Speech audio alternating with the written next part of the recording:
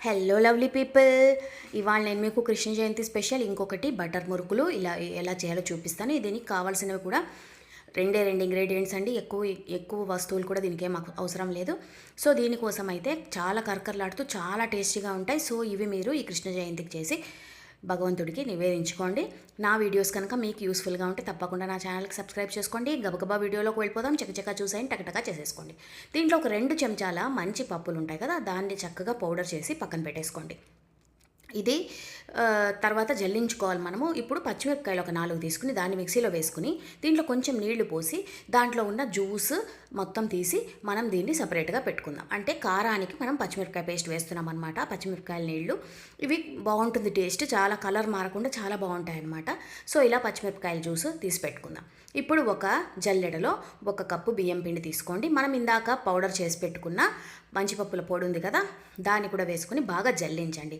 ఎప్పుడైనా మురుకులు ఇవి చేసినప్పుడు నేను ఎప్పుడూ చెప్పేది తప్పకుండా జల్లించుకోవాలి. దీంట్లో చిన్న చిన్న మట్టి లేదంటే ఇలాంటి ఉండలు ఉంటే పేలేదానికి ఛాన్సెస్ ఉంటాయి. కాబట్టి మనం దీన్ని చక్కగా ఇలా జల్లించుకోవాలి. తర్వాత ఒక 2 చెంచాల వెన్న తీసుకుని వేసుకోండి. దీంట్లో నువ్వులు వేసుకోండి, జీలకర్ర, మనం ముందుగా చేసి పెట్టుకున్న పచ్చిమిరపకాయ జ్యూస్, తర్వాత దీంట్లో ఇంగువ, ఉప్పు అన్నీ వేసి బాగా చేత్తో ఫస్ట్ కలపండి, నీళ్లు పోయకుండా.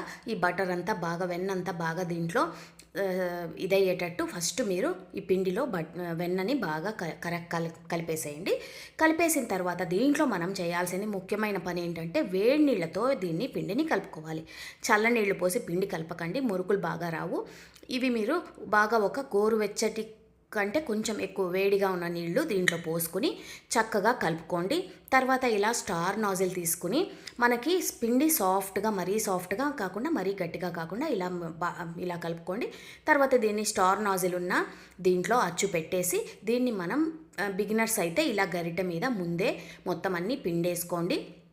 మీకు ఓపిక ఉంటే దీన్ని కరెక్ట్గా రౌండ్గా మనకి బయట దొరికేటట్టు కూడా మీరు నిదానంగా పిండుకోవచ్చు అనమాట.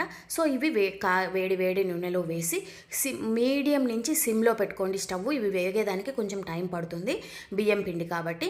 అందుకని మనం దీన్ని కొంచెం మీడియం నుంచి సిమ్ ఫ్లేమ్లో పెట్టుకుని బాగా ఒక మంచి గోధుమ రంగు వస్తాయండి, అంతవరకు వీటిని బాగా వేయించేసుకుంటే కరకరలాడే బటర్ మురుకులు రెడీ అయిపోతే చాలా ఈజీ చేసుకోవడం. ఒక గ్లాస్ బియ్యం పిండి ఉంటే చాలు.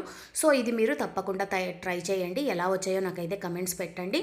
మరో మంచి వీడియోతో నెక్స్ట్ వీడియోలో మళ్ళీ మిమ్మల్ని కలిసేంత వరకు ఉంటానండి. మీ విజీ.